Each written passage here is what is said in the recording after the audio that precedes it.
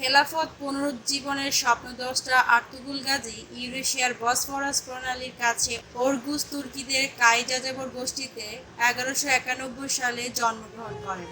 অর্ধ বিশ্ব জয় করা দুর্দান্ত চেঙ্গিস খানের মঙ্গল বাহিনীকে গুটি কয়েক সৈন্য নিয়ে আহ্লাদ ও সৌগতে প্রবেশ রুখে দিয়েছিলেন তিনি। তার স্ত্রী ছিলেন সেলজুক সাম্রাজ্যের সুলতান আলাউদ্দিনের ভাতিজি হালিমা সুলতান।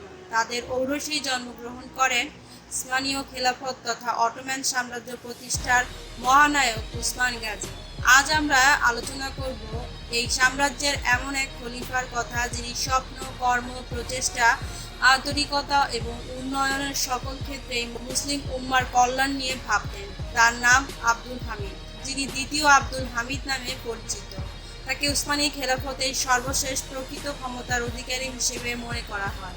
সুলতান দ্বিতীয় আব্দুল হামিদ ছিলেন উসমানীয় সাম্রাজ্যের 34তম খলিফা। তার পিতা ছিলেন সুলতান প্রথম আব্দুল মজিদ এবং মাতা তিরিমুজগান কাদি।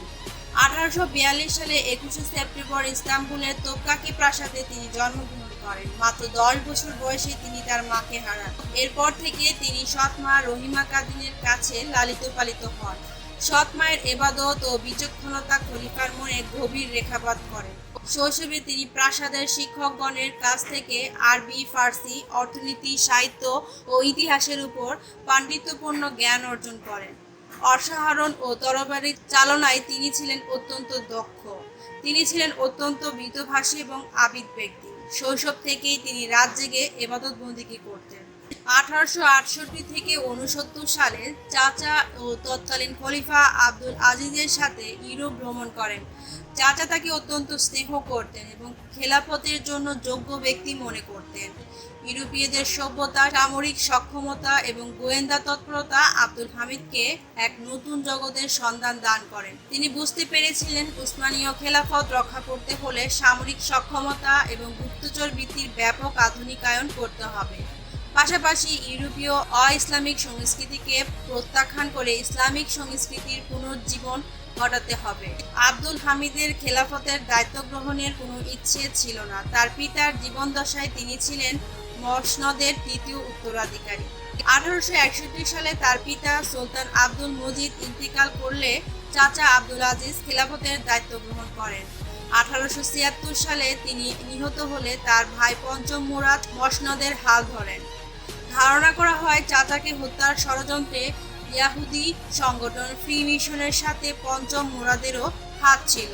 তার ক্ষমতা আরোহণের পর বিষয়টি স্পষ্ট হতে থাকে। পঞ্চম মুরাদ ইহুদি লবির পরামর্শে খিলাফতকে বুনিয়াদী রাজতন্ত্রে পরিণত করেন। এতে খলিফা নামমাত্র শাসক হয়ে ওঠেন এবং নির্বাহী ক্ষমতা চলে যায় উজির ও পাশাদের হাতে। মসনদের আরোহণের কয়েক মাসের মধ্যে পঞ্চম মুরাদের মস্তিষ্ক বিকৃতির লক্ষণ ফুটে ওঠে। কয়েক মাস পর যখন কোনো অবস্থাতেই তাকে সুস্থ করা যাচ্ছিল না, তখন আব্দুল হামিদের ডাক আসে।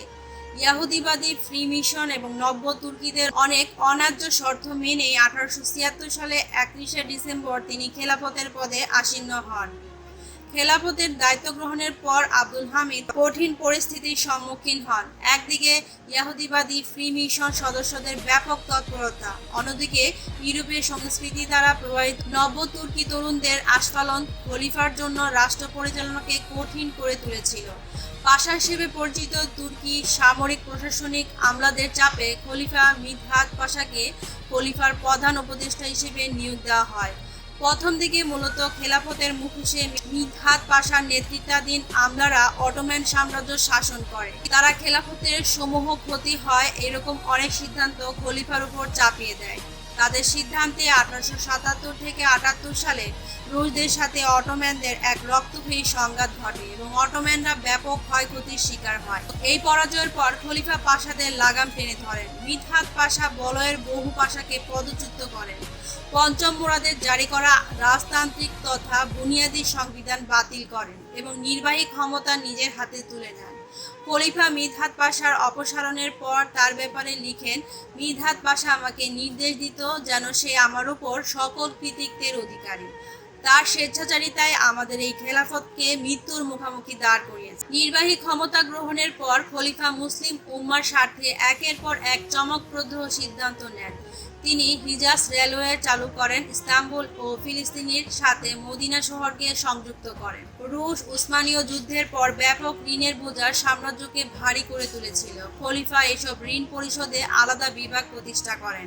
আব্বাসি খেলাফতের সময় প্রতিষ্ঠিত জ্ঞান অর্জন ও গবেষণাগার বাইতুল হিকমার অনুকরণে দারুল ফুনুন নামে একটি বিশ্ববিদ্যালয় প্রতিষ্ঠা করেন এবং সমগ্র মুসলিম বিশ্বের গবেষকদের জন্য এটি উন্মুক্ত করে দেন। বর্তমানে এটি ইস্তাম্বুল বিশ্ববিদ্যালয় হিসেবে পরিচিত। তিনি মক্কা শহরকে বন্যা থেকে রক্ষা করার জন্য আধুনিক পানি সঞ্চালন লাইন তৈরি করেন, যা আজও বিদ্যমান। খলিফা দ্বিতীয় আব্দুল হামিদ সমগ্র মুসলিম উম্মার জন্য একটি স্বতন্ত্র ইউনিয়নের চেষ্টা চালান, কিন্তু পশ্চিমা দেশ ও ইহুদি লবিগুলো তাকে এই মহৎ কাজটিতে সফল হতে দেননি। ভারত ও বিশ্বের নানা প্রান্তে গড়ে ওঠা সাম্রাজ্যবাদের ঘোর বিরোধী। তিনি রাষ্ট্রীয় জাতীয়বাদকে প্রত্যাখ্যান করে মুসলিম জাতীয়তাবাদকে বিশ্বাসী করেছেন। কোথাও মুসলিম আগ্রাসন, রাসূল সাল্লাল্লাহু আলাইহি ওয়াসাল্লামের অপমান হয় এমন কিছু দেখলে গর্জে উঠতেন। বিশেষত ব্রিটিশ ফরাসি উপনিবেশবাদের জন্য তিনি ছিলেন মূর্তিমান আতঙ্ক। মোহাম্মদ আলী সাল্লাবি বলেন, খলিফা তার প্রাসাদের এক বৈঠকে বলেছিলেন, যখন তোমরা দেখবে তোমাদের শত্রুরা তোমার কোনো কাজের প্রশংসা করছে, তখন বুঝবে তোমার এই কাজের দ্বারা শত্রুর স্বার্থ রক্ষা হয়েছে। আর যখন তোমরা কোনো কাজের শত্রু নিন্দা করবে, তখন বুঝবে মুসলিম উম্মার জন্য কল্যাণকর কাজে শত্রুর শরীরে আগুন জ্বলছে। 1905 সালে ফ্রান্সের প্যারিসে রাসূল সাল্লাল্লাহু আলাইহি সাল্লামের চরিত্রকে ব্যঙ্গ করে একটি নাটক প্রদর্শনের বন্দোবস্ত করা হয়েছিল। খলিফা আব্দুল হামিদ এ খবর জানতে পেরে সঙ্গে সঙ্গে ফরাসি দূতাবাসের কূটনীতিক প্রধানকে ডেকে পাঠান। খলিফাকে তখন প্রচণ্ড বিক্ষুব্ধ দেখাচ্ছিল। তিনি রাষ্ট্রদূতকে এই ঘটনা অবহিত করেন এবং নাটক প্রদর্শনী বন্ধ না হলে যুদ্ধের জন্য প্রস্তুত হতে বলেন। ফরাসি সরকার টেলিগ্রামের মাধ্যমে এই সংবাদ জানতে পেরে আতঙ্কিত হয়ে মাত্র 14 ঘন্টা আগে নাটকটির প্রদর্শনী বাতিল করেন। এই সংবাদ খলিফার কানে এলে তার মুখ উজ্জ্বল হয়ে ওঠে। তিনি আফসিন পাশাকে বলেন, আব্দুল হামিদ বেঁচে থাকতে রাসূল সাল্লাল্লাহু আলাইহি সাল্লামের অবমাননা সহ্য করা হবে না। 1907 সালে আব্দুল্লাহ নামে এক ব্যবসায়ী খলিফার প্রাসাদে আসে। সে দাবি করে খলিফার তার নিকট 4000 লিরা ঋণ। রাষ্ট্রের কর্মকর্তারা ব্যবসায়ীকে পাগল ভেবেছিল। সারাদিন অপেক্ষার পর যখন সে অবিরত এই দাবি করছিল, তখন একজন ঊর্ধ্বতন পাশা খলিফাকে জানানোর সিদ্ধান্ত নেন। কৌতূহলী খলিফা লোকটিকে কাছে ডাকেন এবং বিস্তারিত ঘটনা বলতে বলেন। ব্যবসায়ী লোকটি বলল, তার ব্যবসার দুর্বৃত্তের খপ্পরে পড়ে ব্যাপক ক্ষতিগ্রস্ত। গত রাতে সে রাসূল সাল্লাল্লাহু আলাইহি সাল্লামকে স্বপ্নে দেখে। তার দুঃসহ পরিস্থিতি শুনে রাসূল সাল্লাল্লাহু আলাইহি সাল্লাম বলেন, তুমি আমার আব্দুল হামিদের কাছে গিয়ে বলবে তোমাকে 4000 লিরা দিয়ে দিতে। লোকটি তখন বলল, খলিফা কেন আমাকে ঋণ দেবেন? রাসূল সাল্লাল্লাহু আলাইহি সাল্লাম বললেন, আমার হামিদ প্রতি রাতে আমার উপর দুরূদ পাঠ করে। গত রাতে সে কেন পাঠ করেনি, এজন্য তাকে ঋণ শোধ করতে হবে। এ কথা শুনে খলিফার চোখ দিয়ে ঝরঝর করে পানি পড়তে লাগলো। তিনি বললেন, গত রাতে রাষ্ট্রীয় চিন্তায় এতটাই চিন্তামগ্ন ছিলাম যে দুরূদ শরীফ পাঠ না করে কখন যে ঘুমিয়ে পড়েছিলাম বুঝতে পারি। এরপর সেই ব্যবসায়ীর কাছ থেকে আমার আব্দুল হামিদ শব্দটি 4 বার শুনলেন এবং প্রতিবার 1000 লিরা করে ব্যবসায়ীকে প্রদান করলেন। 1901 সালে মিজোরারো কারো নামে বিশ্ববিখ্যাত এক ইহুদি ব্যাংকার খলিফা আব্দুল হামিদের কাছে আসে। সে অটোম্যান খেলাফতের সমস্ত ঋণ পরিশোধ, অটোম্যান খেলাফতের জন্য বিনা সুদে 3,50,00,000 লিরা ঋণ এবং অটোম্যান সেনাবাহিনীর জন্য একটি অত্যাধুনিক নৌঘাঁটি তৈরি করে দেওয়ার প্রস্তাব দেয়। এর বিনিময়ে বাইতুল মুকাদ্দাসে নির্বিঘ্নে ইহুদিদের প্রবেশ, অবস্থানের সুযোগ এবং জেরুজালেমের কাছে একটি ছোট্ট ইহুদি বসতি স্থাপনের জন্য অনুমতি প্রার্থনা করে। খলিফা সেই ব্যবসায়ীকে বলে, যে ভূমি আমিরুল মুমিন উমর ইবনে খাত্তাব রাদিয়াল্লাহু তাআলা জয় করেছেন, আমি সেই ভূমি তোমাদের বসবাসের জন্য খুলে দেব। এটা ভাবার দুঃসাহস করলে কিভাবে? আমি শাহাদত চাই, মুসলমানদের সাথে বিশ্বাসঘাতকতা করে মরতে চাই না। এই ঘটনার পর ইহুদিরা বুঝতে পারে খলিফা দ্বিতীয় আব্দুল হামিদ ক্ষমতায় থাকতে তারা আরবে কোনো রাষ্ট্র গঠন করতে পারবে না। তৎকালীন ইহুদি প্রধান ইসরায়েল রাষ্ট্রের স্বপ্নদ্রষ্টা থিওডোর হার্জেল খলিফার সাথে দেখা করতে এলে তিনি তাকে সাক্ষাৎ প্রদানে রাজি হননি। পরবর্তীতে হার্জেল 20 মিলিয়ন পাউন্ডের মাধ্যমে সারা বছর ইহুদিদের বাইতুল মুকাদ্দাসে প্রার্থনা করার অনুমতি চায়। অটোমান খেলাফতের সময় ইহুদিরা ৩ ঘন্টা অবস্থানের শর্তে প্রতি বছর মাত্র ১ মাসের জন্য জেরুজালেমে প্রবেশ করতে পারত। খলিফা হার্জেলের এই প্রস্তাবও নাকচ করে দেন।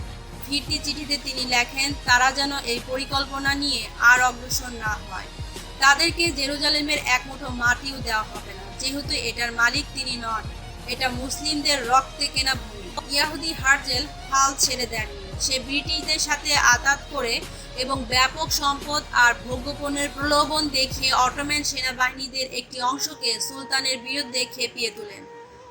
ওয়াহাবি মতবাদের সমর্থক আরবের প্রভাবশালী নেতৃত্ব ক্ষমতার মোহে ইয়াহুদি লবির সুপারিশ অনুযায়ী খেলাফতের অধীন মুসলিমদের মধ্যে ব্যাপক ফাটল সৃষ্টি করে।